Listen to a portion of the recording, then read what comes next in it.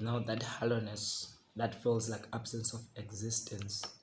That void is draining all my energy into weakness. I feel ignored by the angels of persistence. Dear God, I'm drowning deep, requesting your assistance.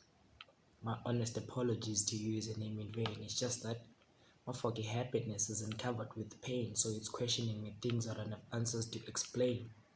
I'm in complicated sadness, none of them can understand. My families and friends are posting my pain on their profile. That's not okay by me to take me on quotes in social.